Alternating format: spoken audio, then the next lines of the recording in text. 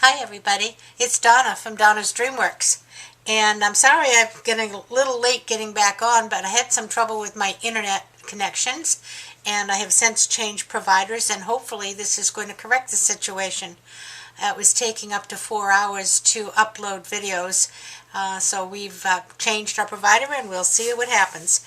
What I'm going to do for the next 4 or 5 weeks is revisit some projects that I'm sure you've all seen before, that I'm sure most of you have made before, but as I started to think how close we were getting to Christmas, and we are closer to December than we are to January, I was thinking of some of these projects as potential gifts for friends, relatives, hostess gifts, and so on, and also some other uses that you could do with some of them than you might have done before. So I'm going to start off today with making a very simple project, one that can be made a matter of a half an hour probably, once you've got your papers and whatever lined up. And you could probably put 3 or 4 of these out in one evening. And this is your card holder book. Very simple project, and this is what I mean by a card holder book. I'm sure you've all seen them. This one is made as I am making the one for today's video with double-sided paper. It makes it extremely easy. No cutting, no pasting, just a couple of folds and you're ready to go. And then on the inside there's a cutout that I generated off the computer that simply has 1 through 31 with each month, and you can put the birthdays next to the numbers. This is great because it is ongoing. The birthday day doesn't change, so that there's no calendar month days to show that you have to keep changing. This is good for year after year. And you just would then put in your cards into your pocket and you're good to go. It's a great gift for somebody who likes to make cards or buy cards even and keep track of the birthdays. They can get these done a couple of months in advance and they'll be all set to mail. So let's just start quickly. I'm going to show you the double-sided paper. You don't have to use double-sided paper if you don't have it. You can use plain cardstock, and I will show you some of those that I've done with the plain cardstock. This is a 12 by 12 sheet of paper, and we're going to make 2 score marks. Now you want to check your papers for its orientation, because one of these is going to be folded up like so, and you want to be able to, if there's writing, read it. And you also want to know what you want to have on the outside. What you have folded up here this way, this will be on the outside. Okay? I kind of like these flowers, so I'm going to try to fold it up this way, and then I can fold it and see some of the flowers on that side. Okay, so we're going to start with our 12 by 12 piece of paper, and the part you're going to fold up you're going to put to your left, and you're going to score it at 4 inches.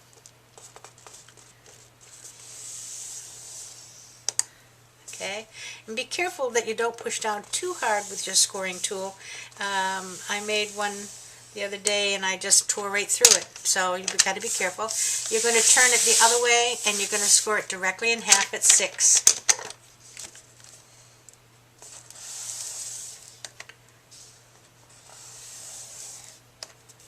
Okay, so that's all there is to it. You're going to fold up your 4-inch score mark, and we'll burnish that nicely with our bone folder. And I can get rid of the scoreboard now.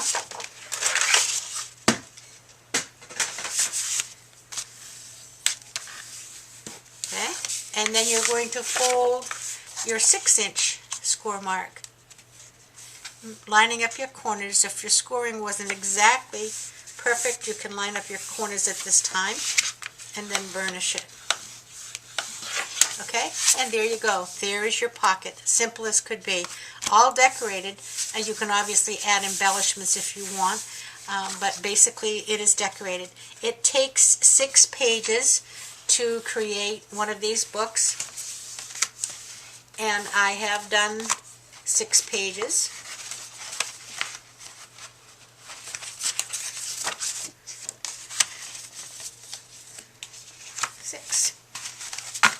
Okay, 1, 2, 3, 4, 5, 6. Okay, and you can see that they're all just done with the double-sided paper. Now, I did mention that you can do the same thing with plain cardstock. And here you can see I have taken a piece of 12 by 12 cardstock. I've scored it at 4. Okay. And then I'm going to fold it at 6. Whoops, yes. I couldn't even see my pockets with the plain white cardstock for a second. Okay. Now, there you go. So you don't have to have your double-sided paper. What you will need to do then later on is to mat your pages, and I can show you a book later where I have done that. Okay. These pages now end up being 6 inches this way by 8 inches this way. So we're going to be making a chipboard cover, and I have some medium weight chipboard which I'm using. You can use medium weight chipboard, you can use cereal boxes, you can use whatever you might have that would be some cardboard. The back of the paper stacks sometimes have some nice cardboard pieces. And you'll need to cut 2 pieces of the cardboard, and I'm giving them, as I said, this is 6 by 8, so I have made my covers 6.5 by 8.5. And that way the book's pages will fit inside nicely and have a little leeway. Okay? We're going to cover them. I cover my pages. I like to cover my covers, and I've already done the front cover, and we'll do the back cover together. Here's my front cover. I haven't put the piece on the inside. I've just wrapped it. And I'm going to use this for the back cover. So let's measure out what we need for paper. We will need, I leave it about 1 inch around all the way. This is 6.5 by 8.5. So I'm going to make my paper 8.5 by 10.5.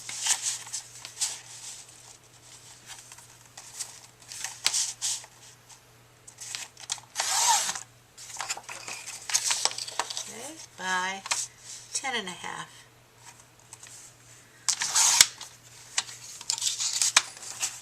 Okay.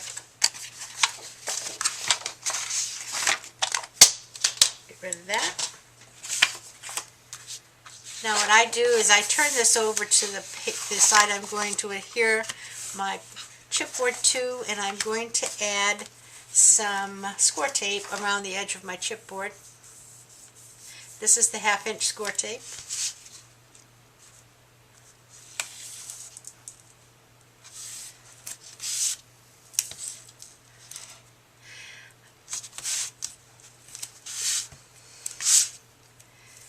These books are quite versatile. I know that the original one that I saw was on Split Coast Stampers a few years back, and I'm sure there's been many other people who have shared their books before. But this is a really nice gift. Most everybody sends out cards for birthdays, anniversaries, and such, even if they don't make their own. And this gives them the chance to put the birthdays in. In fact, if I were going to give this gift to a relative, perhaps, what I might do is go through the book at the end and write in the family's birthdays on the appropriate slots, and that way they've already got a beginning, and they can just therefore go ahead and add the rest of the ones they want to put in there. I'm going to add just a few strips of ATG in the middle, and I'm going to line this up, leaving approximately a 1 inch border around it.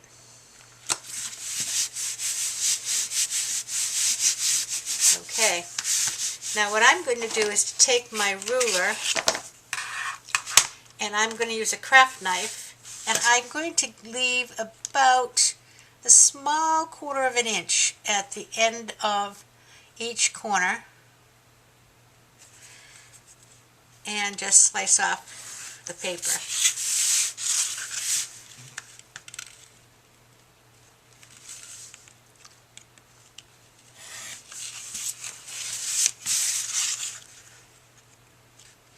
They have a great tool out now. I don't have one that actually you put on the corner and it gives you the exact cut line that you should use, because I do sometimes cut a little bit too strong of an angle and then it doesn't quite close the way it should. Alright, now what I like to do first is to just take my bone folder, go along the cardboard, okay, and then as an additional, I'm just going to give it a little bit of a flip. Okay, again I'm going to add some score tape.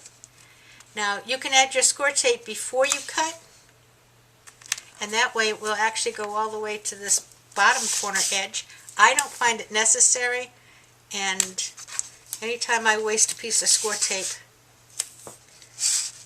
I don't like it. I try to be conservative as possible. Oops. Well, I didn't get that one on very straight, did I? It won't make a difference. What I will do is I'll probably put a little bit of ATG on the inside, just to give a little extra. Okay, I'm going to remove the score tape backing.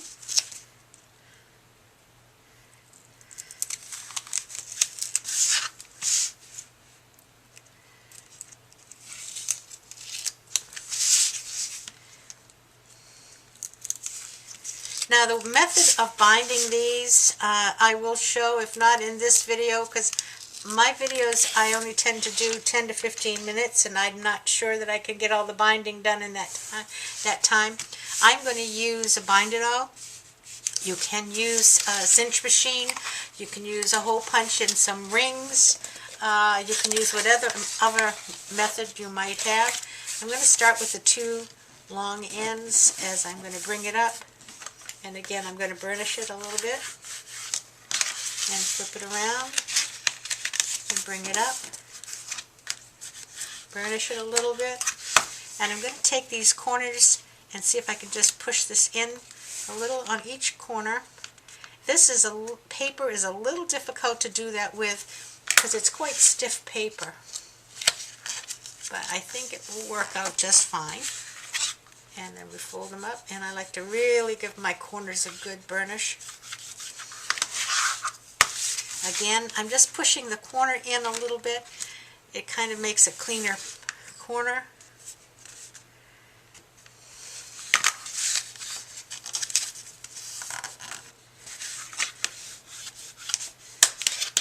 And there you have a nice wrapped cover.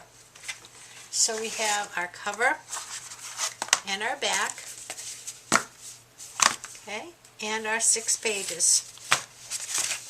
Now obviously I had made these pages before we started recording, so we really can't count all of that time, but it really takes no time at all. If you've got your pieces, if you went and cut a few pieces of chipboard and had them ready and then used double-sided paper, you could probably whip out 2 or 3 of these in an evening without much problem. And then, of course, once they're all made, you can bind them all at one time and then go back and do your embellishment. I'm going to bind this at the beginning of the next film, and then I will also go on to put on the papers on the inside and show you how to embellish one of the plain cardstock ones. But I just wanted to share with you, it doesn't always have to be used for cards. This one is used for recipes. Now, people say, I'm sorry, this has got a little dent in it now, it's been around a bit.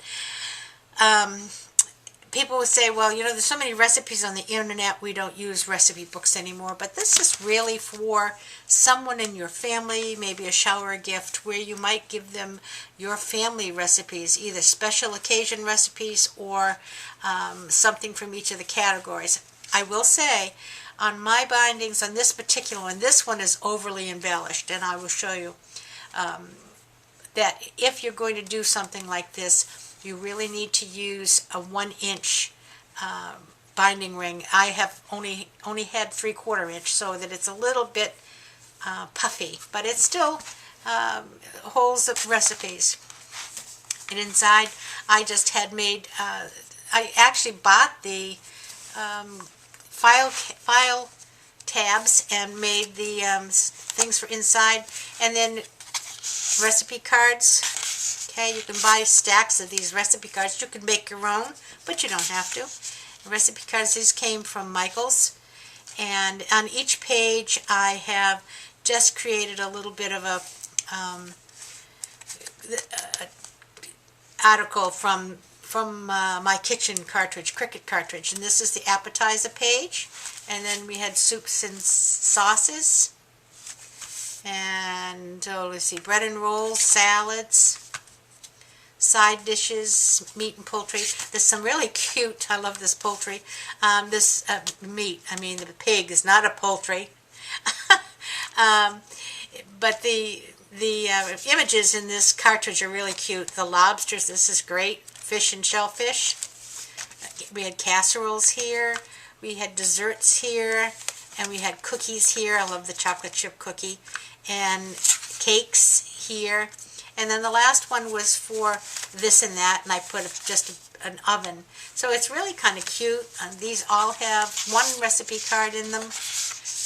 And then when you give this to someone, if you're giving it for like a shower gift, you could fill out one recipe card and put in it, or suggest at the shower or the party that maybe each of the family members that are there might want to contribute one card in a category, and it would make a great recipe book and a keepsake, not just a collection of recipes. Again, I had the card book, as I showed you earlier. In this one I put a marker so that you could put it in according to what month you were in. Not necessary. It happened that I had an extra hole at the top and wanted to use something in it. This is another card book, and again I used the double-sided paper. Very simple.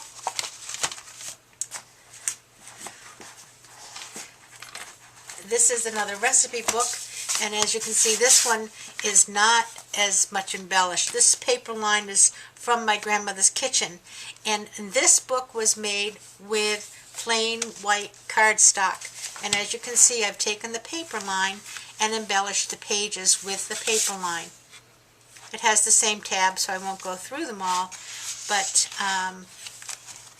you can see that the different papers from the paper line.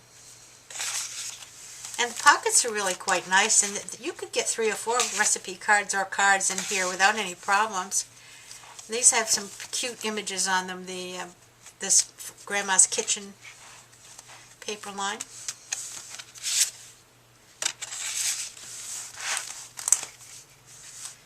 Okay. And then this and that. Now, as you can see, on this one, and I think this is the way I'm going to show you tomorrow, I did a row of binding here and a row of binding at the top. There are 2, this is the actual width of your binding machine, where on this one I used the method of following the binding all the way up. I don't think you have to do it. You could do it either way. They work just fine. And we'll show you that next time. The last one I wanted to show you is it doesn't have to be cards or cookbooks. This one is for bills. And the insert that I put in here, now this was for a gentleman, so I didn't really do a whole lot of embellishment yet. I'll probably put a few things in here. But in here, on a monthly basis, if you pay your bills by hand, you all know that come tax time, you have certain bills you want to have a record of because they are tax deductible, whether it's charity or medical. So what I did is I put these little pockets, and if you've paid a particular bill that falls into this category, you can put the name of the company, the amount paid, and whether it was charity or medical here. So come tax time, instead of rumbling through a bunch of drawers or boxes and everything looking for all of your information, you have it all in one spot. You just take out your book, and here's your deductive, your bills that can be deducted from your taxes. One other thought I had, and I think would be a great idea, is one of the things that's really popular today is Project Life. But sometimes we don't have time to get to the journal to put in the things that we have, but we want to keep track of them and we don't want to forget them. This would make a great holder for your Project Life supplies. If you have, let's say you have an envelope you could put in here that might have ticket stubs, or you can slide programs in, or you can slide a couple of the pictures from the beach or the 4th of July. You can put whatever you might be going to put on one page of your Project Life journal. And then what I would do is simply take a regular 3x5 card and paper clip it to the front of this with just a little bit of a blurb about what this is. This is 4th of July picnic, Grandma's house for lunch, the kids at the beach, my favorite flowers, or whatever it is you're going to be putting on your journal on that page. So 1 page worth of journal items go in here. When you have taken them out and made your page, take this card away, and you have this again to put another journal page. So you actually could put 12 different journal pages worth of items in here. Hopefully you get to your journal before you've got 12 pages full, but there's always something that you can hold in these little pockets. So it's a nice little book. It's a very versatile book, and as you can see, it is very simple to make, and as soon as we get it bound, we will show you how it is completed. Thanks for stopping by, and I'll see you tomorrow when we bind our book.